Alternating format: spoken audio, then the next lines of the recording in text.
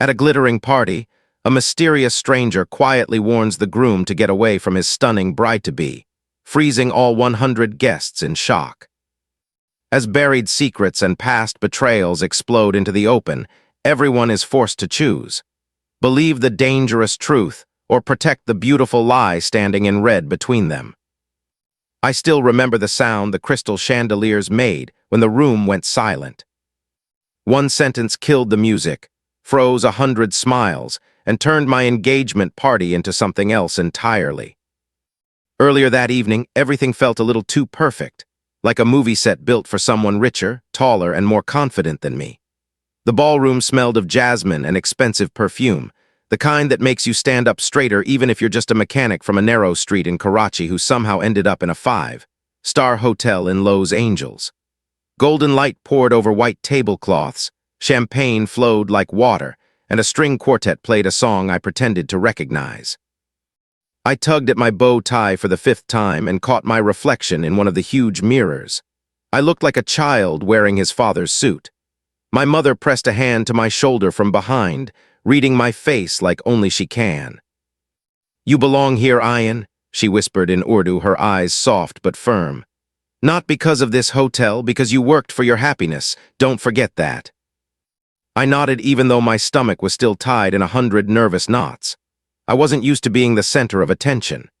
In my world, I fixed other people's cars, helped my neighbors carry groceries upstairs, picked kids up from soccer practice when their parents were late. That was my comfort zone, oil stains and dirty hands, not designer suits and diamond centerpieces.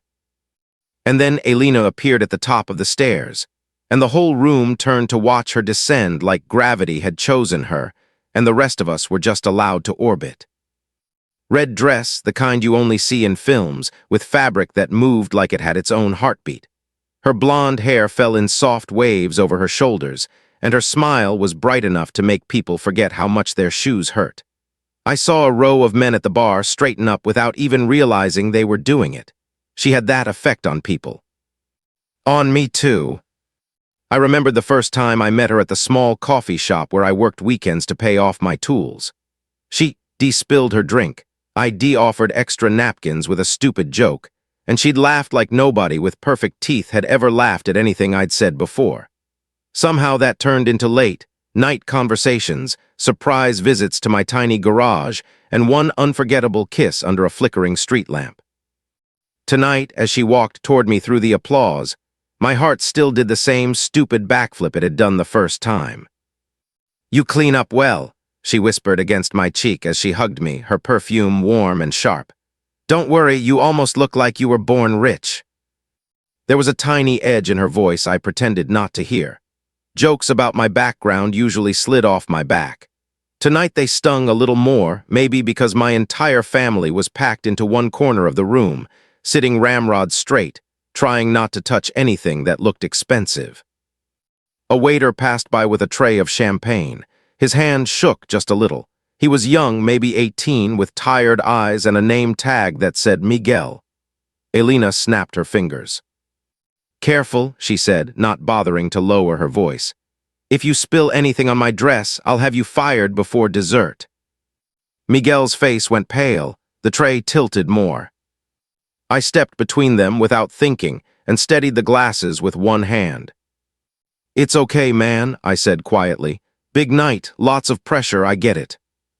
I took one glass, then another, so his tray was lighter. I gave him a small smile, the kind my father used to give strangers who looked lost.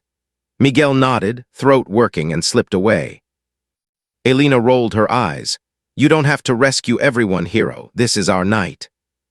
"Yeah," I said, still watching Miguel disappear into the crowd. "That's kind of why I want the people working it to survive." She sighed impatient, then caught herself and softened her tone. "Sorry, I'm just stressed. You know how my father is about image." Her father, the man who could buy this whole hotel and not notice the bill.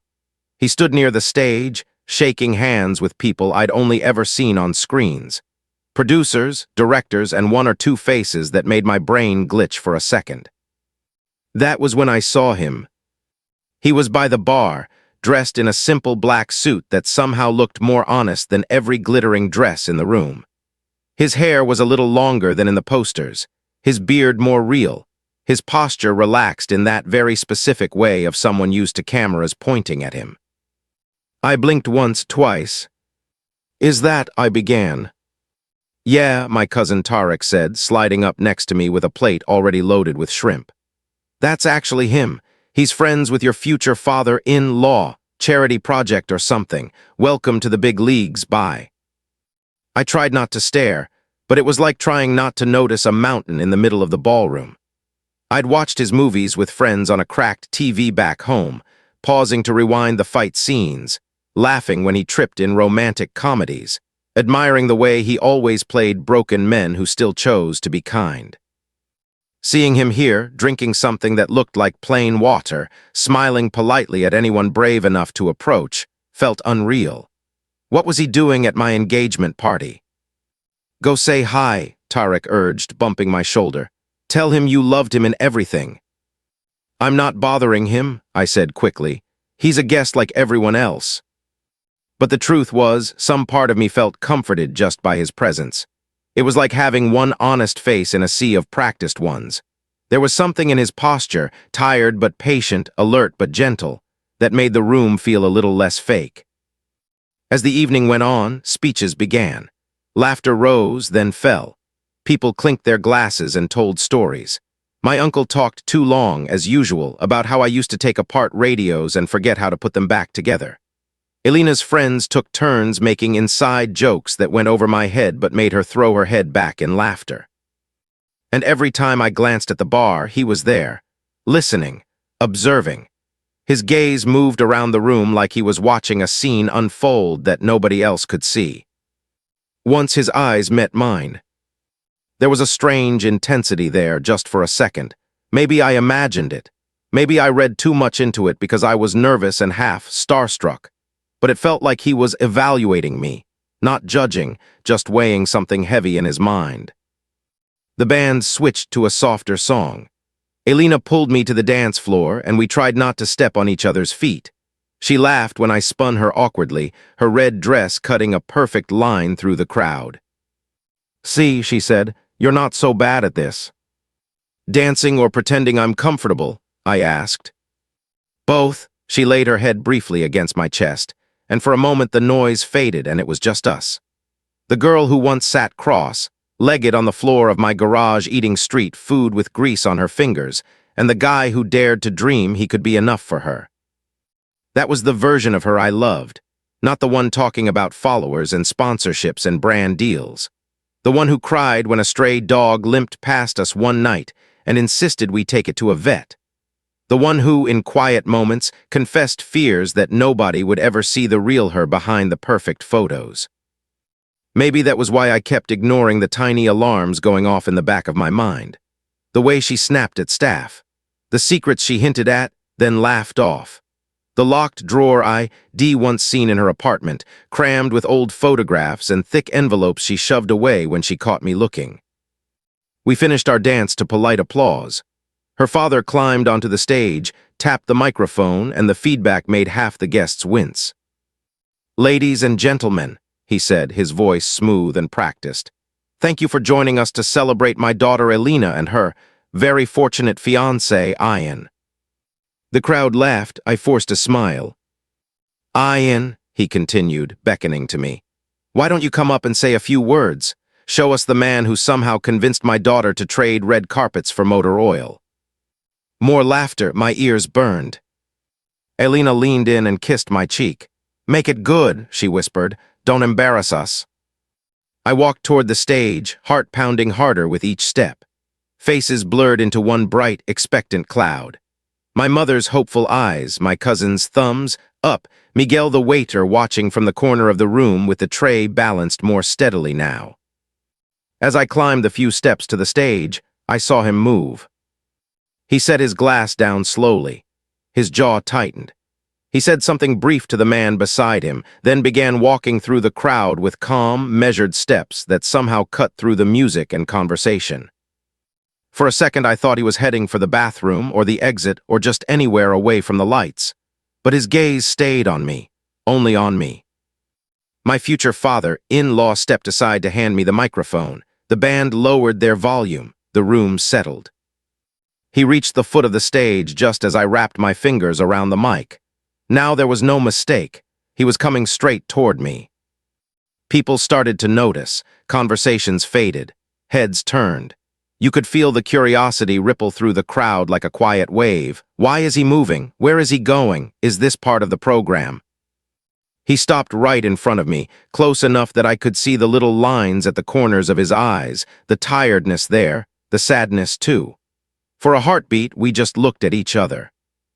I swallowed, suddenly more nervous than I'd been all night. "Hey," I said softly, somehow forgetting every movie line I'd ever memorized. I'm a big fan." He didn't smile, not really. His expression was gentle, but there was an urgency in it that made my throat go dry. He glanced once at Alina, standing in her red dress beside me, her perfect smile a little too tight now. Then he looked back at me, and his voice dropped low enough that only I and the people closest to the stage could hear. "Get away from her before you regret it," he said quietly. The string quartet stopped mid-note. Somewhere a champagne glass hit the floor and shattered. 100 guests turned as one, mouths slightly open, frozen between gossip and disbelief. I stood there on the stage, microphone in one hand, my entire future in the other, staring at the man whose characters had taught me about loyalty, sacrifice, kindness. The man who had just told me to run from the woman I loved. Beside me, I felt Alina's fingers clamp around my arm, her nails digging into my skin. When I looked at her, her smile was gone. What replaced it wasn't anger. For a few seconds, nobody breathed. The chandeliers kept shimmering, the band stood frozen with their instruments in hand, and 100 eyes bounced between the famous actor at the foot of the stage and the woman in the red dress clamped to my arm. Alina's nails dug into my skin so hard I knew there would be marks later. Her face was empty, like someone had erased all expression with one clean swipe. Only her eyes betrayed her. They were wide and bright with a fear I had never seen in her, not even on nights when she woke from nightmares she refused to explain. Her father reacted first. He laughed too loudly like this was all a strange joke. "Our friend here is always in character," he said, raising his glass toward the actor. "You can never tell when he's rehearsing." A few people gave nervous chuckles. Most stayed silent. The man didn't look away from me. His voice stayed calm, but there was steel under it now. "I'm not joking," he said. "You don't know what you're stepping into, Ayan, not yet." Hearing my name in his mouth somehow made this more real than the ring on Alina's finger. My future father-in-law stepped between us, his smile tightened at the edges. "All right, that's enough drama for one night. We're here to celebrate love, not improv theater." He reached for the microphone in my hand. At the same moment, security began to move through the crowd, slow but deliberate. 2 men in black suits, earpieces glowing softly, closing in like the party had an infection that needed to be removed. The actor lifted his hands slightly, showing his palms. "Relax," he said, taking a step back. His eyes finally broke away from mine and swept the room. "I'm not here to ruin your party. I'm here to give this man a chance to walk away with his soul intact." The word soul landed heavier than any insult. Whispers broke out around the tables. Someone at the back raised their phone, trying to record, until a waiter quickly lowered it with a warning shake of his head. Alina's friends stared at her, measuring every twitch on her face, already deciding which version of this story they would post later. Alina snapped out of her paralysis and yanked the microphone back to my mouth. "Everyone relax," she said, her voice high but steady. "He's just worried about me. We worked together once. He's very protective."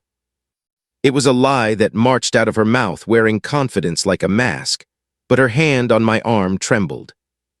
The actor watched her closely, sadness moving across his features like a cloud. Then he looked at me again and spoke quietly enough that only I and the first row could hear. "Balconies are good for telling the truth," he murmured. "If you want it, meet me outside in 5 minutes. If you don't, may God protect you anyway." He turned and walked away before I could answer. passing the security guards with a faint, tired smile that told them he wasn't going to fight. The band started playing again, hesitant at first, then louder as my future father. In-law signaled frantically for them to keep the mood alive. My mother's eyes locked with mine from across the room. She lifted her hand to her heart, a small question in the movement. "Are you okay?" I nodded once, even though I was. Alina pulled me off the stage before her father could stop us. We slipped behind a curtain and down a short hallway that led to a side balcony overlooking the city. Cool air rushed over us, carrying the smell of traffic and ocean and maybe, if I let myself believe it, freedom. She let go of my arm and wrapped both arms around herself. For the first time that night, her posture wasn't perfect. Her shoulders curved inward as if she was trying to fold into herself and disappear.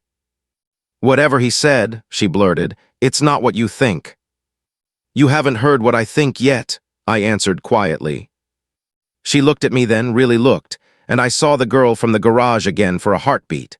Bare-faced, tired, clumsy with feelings she didn't know how to hold. "I know how it looked," she said, words tumbling over each other. "Like there's this big secret and I'm some kind of monster and he's your guardian angel. But you don't know him, Ayan. You don't know what he wants." "What does he want?" I asked. She opened her mouth, then shut it. Her eyes went shiny. "He wants to destroy my father," she said finally, "and he doesn't care who he drags down with him." A siren wailed faintly in the distance, somewhere far below us. I leaned on the cold iron railing and searched her face for the lie. "You're afraid of him," I said. "I'm afraid of a lot of people," she replied. "You'd be afraid too if you knew what I know." "Then tell me," I said, "please, before I hear it from somebody else." Her jaw tightened. The proud, polished Alina slid back into place. "Not here, not tonight. I just need you to trust me. Forget what he said. He loves drama. That's his business. Ours is different." "Is it?" I asked. Because he didn't look like a man acting. He looked tired, like someone who's seen too much. She grabbed my hands, pressed them to her chest. I could feel her heart racing under my fingers. "Marry me, Ayan," she whispered. "We can leave all this behind after the wedding, travel, disappear for a while, you and me. I promise you I'll tell you everything then. But if you go to him now, you'll be choosing his side. And once you cross that line," her voice cracked, "my father doesn't forgive." The door behind us creaked. We both jumped. It was one of the security guards, careful face giving away nothing. "Sir, ma'am," he said, "your guests are waiting. There are photographers outside who'd like a few more shots before dessert." Alina wiped at her eyes quickly, fixing her makeup with practiced fingers. She turned to me, and for a second her mask slipped again. "Please," she said under her breath, "forget the balcony meeting. I'm begging you." She walked back inside, shoulders straight, red dress blazing like a warning sign. I stayed where I was, gripping the railing until my knuckles went white. The city lights spread out below like a constellation of choices. My whole life I'd been taught that loyalty matters, that when someone trusts you with their heart, you don't run at the first sign of storm.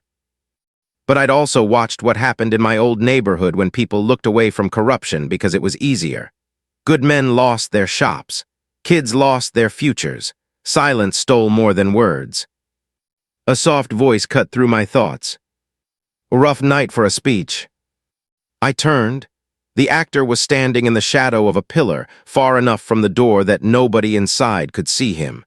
He must have come out through another exit that led to the same balcony. "You weren't supposed to be here," I said automatically, like I was reciting a rule I hadn't agreed to. He shrugged one shoulder. "I'm not very good at doing what I'm supposed to." For a moment we just faced each other, two men from completely different worlds linked by one trembling line in a red dress. "I love her," I said at last.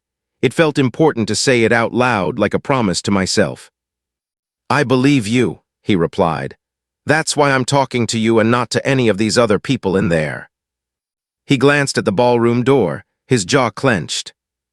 "This balcony is too close to too many ears," he added. "There are microphones in the flower arrangements, cameras in the chandeliers. Image is everything to her father. Truth is the only thing he can't allow." He reached into his pocket and held out a plain white business card. On it was just a name I didn't recognize, an address, and a time.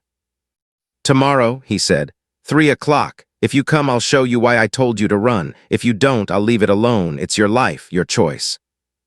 "What if I go to the police instead?" I asked.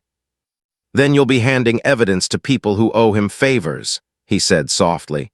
"And you'll be putting a target on every back you care about." I stared at the card. It felt heavier than paper. "What did he do to you?" I asked. The actor's eyes darkened. "This isn't about what he did to me," he said. "It's about what he did to someone I couldn't save, and what he will do to you through her if you stay blind." From inside, a cheer rose as the band started another song. Laughter spilled onto the balcony like perfume over smoke. I slipped the card into my jacket pocket. My phone buzzed. A message from Alina lit the screen. "Where are you?" "They're bringing out the cake. Don't make me cut it alone." I looked up. The actor was already backing toward the dark corner of the balcony. "Ask yourself one thing tonight," he said quietly. "When she's scared, who is she protecting, you or him?" He turned and disappeared through a side door I hadn't even noticed was there. I stood alone with the question echoing in my chest, the card burning against my heart, and the sound of my name being called from inside growing louder and louder, until I couldn't tell whether it was my fiancé, my future, or my fate that was calling. The next morning smelled like burnt coffee and bad sleep. I sat at the tiny kitchen table in my one-bedroom apartment, staring at the business card like it might bite. I'd barely closed my eyes after the party. Images from the night kept looping in my head. The actor's warning, Alina's shaking hands, her father's fixed smile that never reached his eyes. Every time I drifted off, I heard that quiet sentence again, "Get away from her before you regret it." My mother knocked once and let herself in, as she always did. She carried a plastic container of leftover biryani because in her mind, no life crisis could be faced on an empty stomach. "You look worse than the time you failed your driving test," she said, putting the food on the counter. "Maybe worse than when the neighbor's goat ate your homework." I almost laughed. "I was 8, I said, and that goat was aggressive." She poured herself tea, sat across from me, and waited. My mother never rushed stories, she just made space for them. I slid the card across the table. She read the name and address slowly, her lips moving. "Is this the actor?" she asked. She still refused to call him anything but the actor, as if his real name might break something sacred. "Yeah," I said. "And this is where he wants to meet you. Today at 3. She turned the card over, seeing nothing on the blank side but possibilities. "Do you trust him?" she asked. "I don't know," I admitted. "I trust his movies. I trust the people he plays. I don't know the man." She stirred her tea, eyes on my face. "Then do you trust yourself?" she asked. That question landed deeper than the warning had. "I trust that I love Alina," I said. "I trust that she's more than the worst thing she's ever done.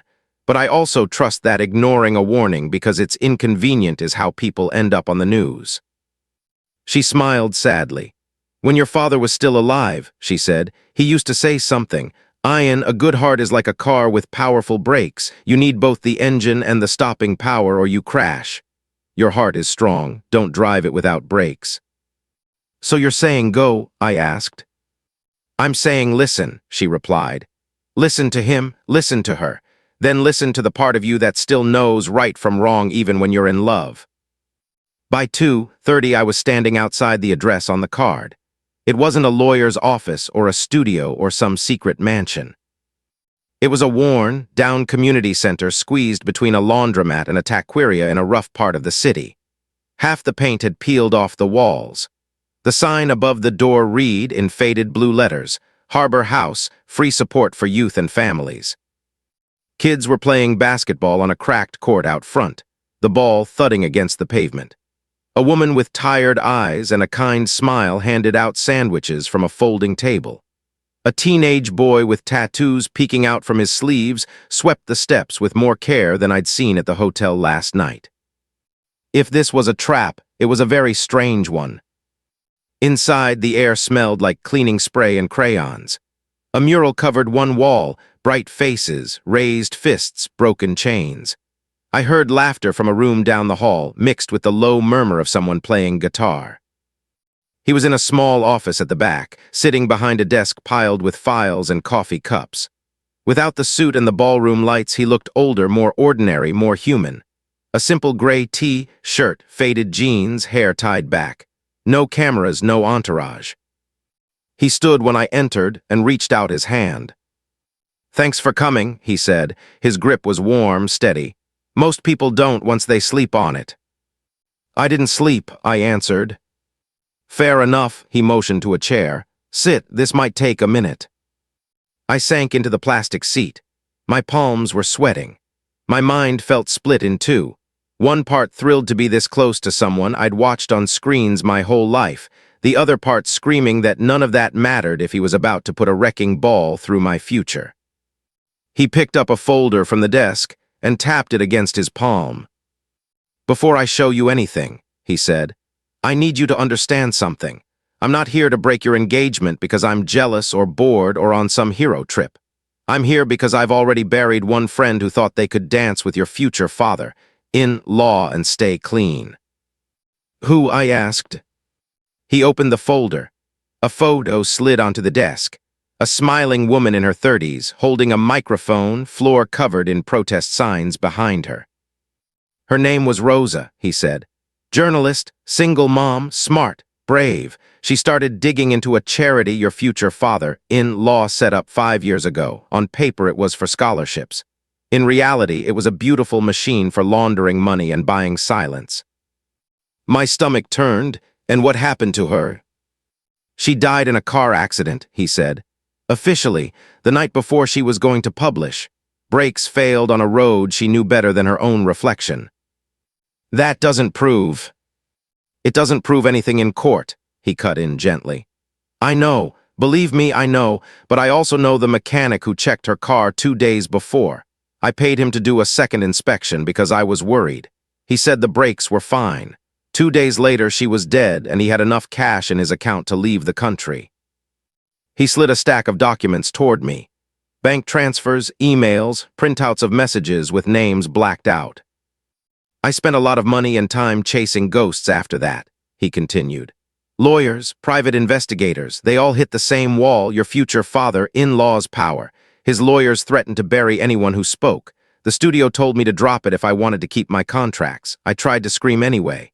He gave a small, humorless smile. "Turns out people do like it when their action heroes talk about real villains." I flipped through the pages. Even with my limited English, the words offshore, shell company, and settlement jumped out at me like stains on a white shirt. "This is terrible," I said quietly. "But where does Alina fit into this? She's not doing these things." He leaned back in his chair, studying me. "You love her," he said. It wasn't a question. "Yes," I said, "and she's not her father." "You're right," he agreed. "She's not her father, she's his favorite hostage." He pulled out another photo. This one almost knocked the air out of my lungs.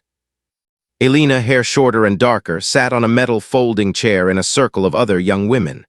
No makeup, no red dress, just an oversized sweatshirt and eyes that looked like they hadn't slept in a month. A whiteboard behind her read, Harbor House, Group 7, Healing After Harm. "She came here 3 years ago under a different last name," he said quietly. "Her father sent money, not love. She was broken, addicted to pills, haunted by something she'd done in a car late at night with too many drinks and too much pressure. One life gone, another hanging by a thread." I stared at the picture, throat burning. "She killed someone," I whispered. "She was driving," he said. "Her father made it all disappear, paid off the family, pushed the blame onto an assistant. That assistant did 2 years in prison while Alina posted beach photos. She hated herself for it. It almost destroyed her." I thought of the nights she'd clutched me in the dark, shivering after nightmares, whispering that she was a bad person, that I didn't really know her. I'd held her and said the words you're supposed to say: "You're good. You've changed. The past is gone." I hadn't known what I was forgiving. "She came here to get clean," he continued. I was donating to the center, visiting sometimes, talking to the kids. That's when I met her, not the red carpet version, the human version. She was kind. She was angry. She was desperate to be better than her last mistake. So you care about her? I said slowly. Yeah, he said. I do. That's why I'm scared for both of you. You think marrying her means saving her. Your heart is big enough to try, but you're not just marrying her, Ayan. You're marrying into an empire built on guilt and fear. Her father uses her shame to control her. Every time she tries to step away, he reminds her what he covered up. And now he's wrapping her in a story. Redeemed party girl marries humble immigrant to make himself look like a savior. My hands shook. You're saying I'm a prop. I'm saying you're a good man being used as a costume, he replied. You're the clean shirt he wants to wear over all his dirt. Rage flared in my chest, hot and confused. I thought of the speeches last night about how fortunate I was, the way he'd paraded my mother for photos like proof of his generosity. If Alina hates all this, I said, why doesn't she walk away? She's rich, she's beautiful, she can go anywhere. Because you haven't seen the contracts she's signed, he said. The NDAs, the deals, the photos that could ruin her if they were leaked without context. You haven't heard the voicemails where her father says, if you leave me, I will make sure everyone knows exactly what you did, and I will make sure they never forgive you.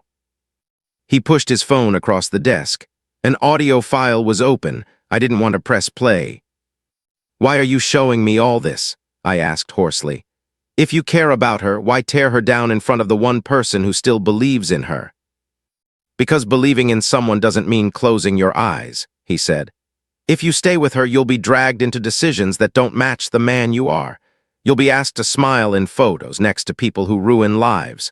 One day you'll wake up and realize you traded your integrity for access to their world. And it won't happen in one big choice. It'll happen in 100 small ones. He leaned forward, his gaze steady. You have a gift, he said. You know how to fix things that are broken, engines, relationships, kids in your neighborhood who need someone to believe in them. That's power. But power without boundaries is what men like her father feast on. I'm asking you to put a line in the sand now before you're too far in to see it. I thought of my father's hands, black with grease, teaching me how to change a tire. Always tighten the lug nuts in a star pattern, beta, he'd said. Balance, that's how the wheel stays true. Balance, my life suddenly felt like a car jacked up on one side, bolts lying in the dirt. What do you want me to do? I asked. He exhaled slowly, as if he'd been holding that breath since last night. You have two choices, he said. Walk away, cut ties.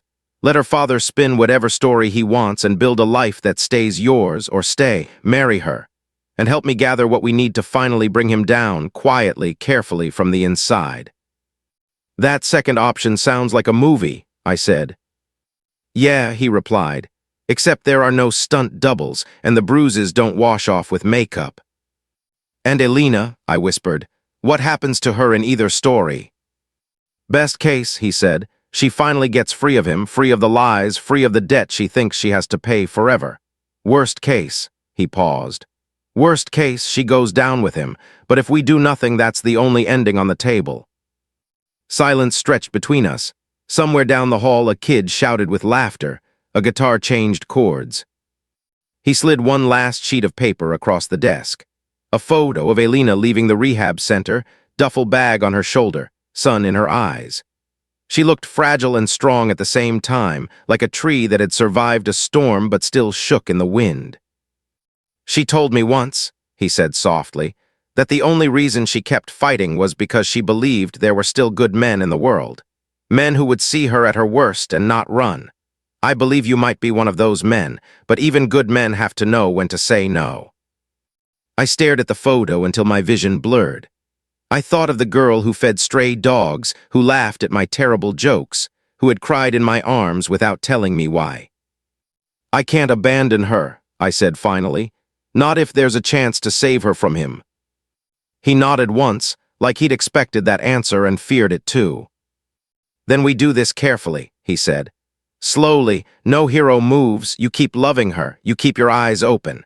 And when the time comes, you decide how much of yourself you're willing to spend to buy her freedom. He stood and walked to the window, peeking through the blinds. A black SUV idled across the street, engine running, windows too dark to see inside. "They're already watching you," he murmured. "They followed you here." My heart lurched. "Me." "You," he said. "Or me, or both of us. Either way, the game started last night, whether you wanted it to or not." He let the blinds fall back into place and turned to face me, his expression grave but not hopeless. "You still have time to walk away, Ayan," he said quietly. "But from this moment on, you will never again be able to say you didn't know." The weight of that truth settled over me like a second skin. I slipped the photo of Alina into my wallet, close to the worn picture of my parents I carried everywhere. Two worlds pressed together, both asking me for loyalty. When I stepped out of the office, the sound of kids playing hit me like sunlight. Their laughter reminded me of why any of this mattered at all, why truth and courage and kindness weren't just pretty words for speeches. Outside, the black SUV's engine revved. As I reached for the door handle, my phone vibrated in my pocket. A new message from Alina appeared on the screen, just 5 words that made my blood run cold. "We need to talk, alone,"